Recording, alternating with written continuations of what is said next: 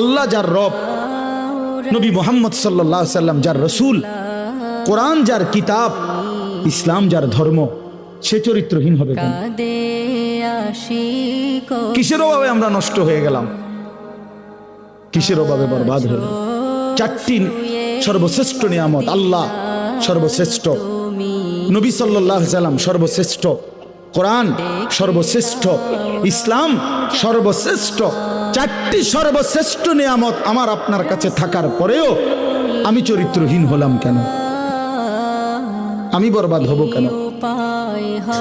আল্লাহ তাআলা আমাদেরকে ঈমানের দৌলত দিয়েছেন, মুসলমানের পরিচয় দিয়েছেন, একটি শ্রেষ্ঠ কিতাব কোরআন দিয়েছেন, শ্রেষ্ঠতম রাসূল দিয়েছেন।